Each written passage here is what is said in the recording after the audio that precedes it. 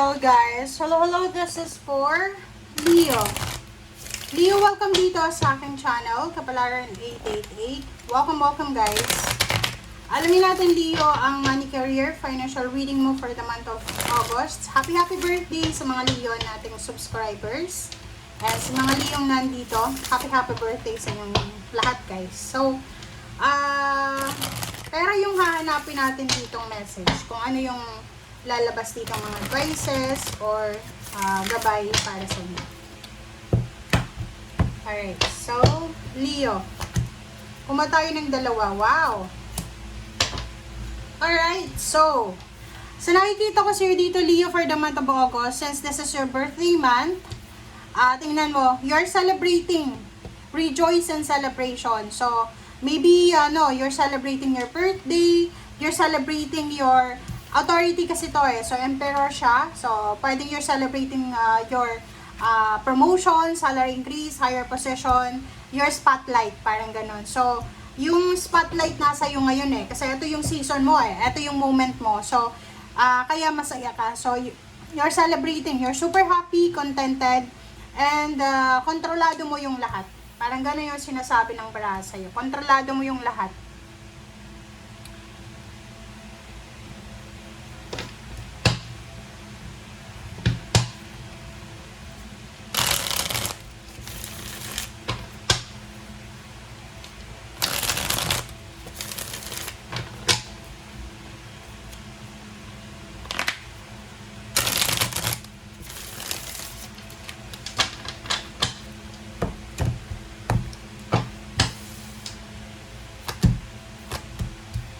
Okay, next is King of Wands and Reverse. OMG. Leo, sa nakikita ko sa'yo dito, hindi to related sa'yo. Related to pwedeng sa anak mo, or kung anak ka, related to sa mother mo, okay? Or sa father mo. So, sinasabi ng bara sa'yo na pwedeng may membro ng pamilya sa inyo na posibleng mawawala ng trabaho, or posibleng titigil muna, magre-relax muna, magbabakasyon. Okay. So, sa nakikita ko sa'yo dito, Leo, isang tao ang posibleng kailangan ng suporta mo. Suporta emotional and suporta financial. So, sa nakikita ko sa'yo dito, posibleng busy ka sa buwan na to para hanapin yung solusyon sa problema ng taong ito, which is related sa'yo, pero hindi naman siya talaga problema mo. Okay? Hindi ikaw yung may problema.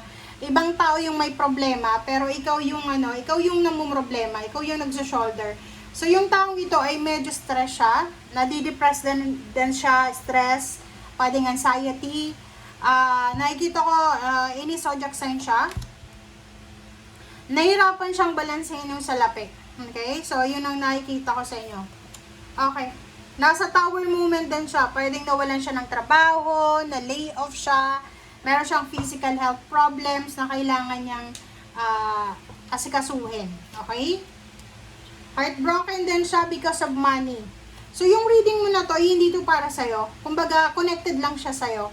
Okay? So, sa nakikita ko sa'yo dito, there's someone na malapit sa'yo na namumroblema siya, naghahanap siya ng solusyon para sa pagbabalanse ng salapi. And yung direction na like mga plano niya sa buhay ay medyo undecided. Pwedeng kailangan niya siguro ng kakampi, kailangan niya ng katulong, parang ganon. Or maybe mayroon siyang mga mental conflicts. Meron siyang mga stress sa buhay niya na siya lang yung nakakaalam. OMG. Kumbaga yung burden na to, makinig ka, Leo.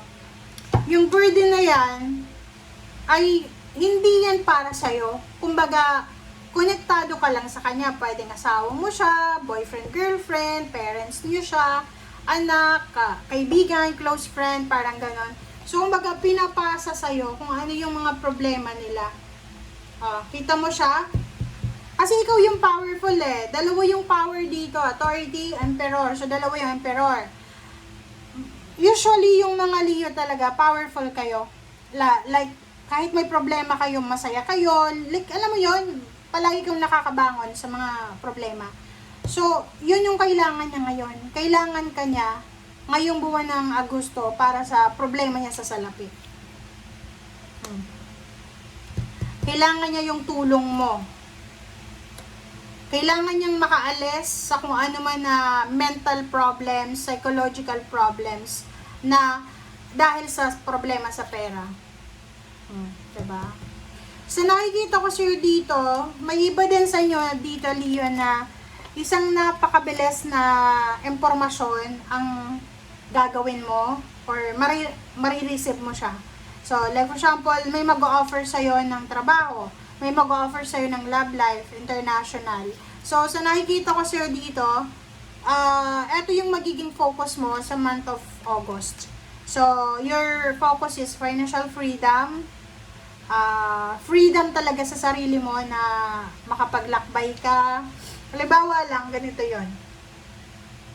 Kung nagtatrabaho ka sa isang kumpanya, tatrabaho ka, tapos, pakiramdam mo, hindi ka na kontento, hindi ka na masaya. So, gusto mo nang makaalis dyan kasi parang feeling mo nasasakal ka na. So, yun yung pakiramdam mo this month of August. And sa nakikita ko sa'yo dito, ikaw ang makakagawa nito ha. Walang sino man ang maaasahan mo dito eh. Okay? Sa nakikita ko sa'yo dito, there's a huge amount of money na pwedeng mahawakan mo. So, may mga regalo, financial gift, or mga kaperahan dito na matatanggap kayo. Sa mga ano mo naman, sa mga alay, support system, wala kang dapat problemahin kasi napapaligiran ka ng mga tao na kaya kang suportahan financially in case lang na may mga problema kayo. Okay, there's a family member dito na mabilis siyang makakatulong sa'yo. Okay? Wala kang dapat na ikahiya sa kung ano man yan. Sa nakikita ko sa'yo dito, wag mo daw nasayangin yung pagiging youth mo kung bata ka pa, nasa below 50 ka, below 60 years old. If there's an opportunity na makapagtrabaho ka pa, makapag-ipon pa, gawin mo na siya para hindi ka magsisi sa bandang huli. Iwasan mo daw yung pagiging tamad. Iwasan mo din yung mag-retire ka ng maaga. Okay? Kasi pag mag-retire ka ng maaga tapos wala ka namang ipon, mahihirapan ka talaga. Okay? Kung may trabaho kayo sa ngayon, proteksyonan nyo yung trabaho nyo na yan. Huwag magre-resign basta-basta nang walang backup plan.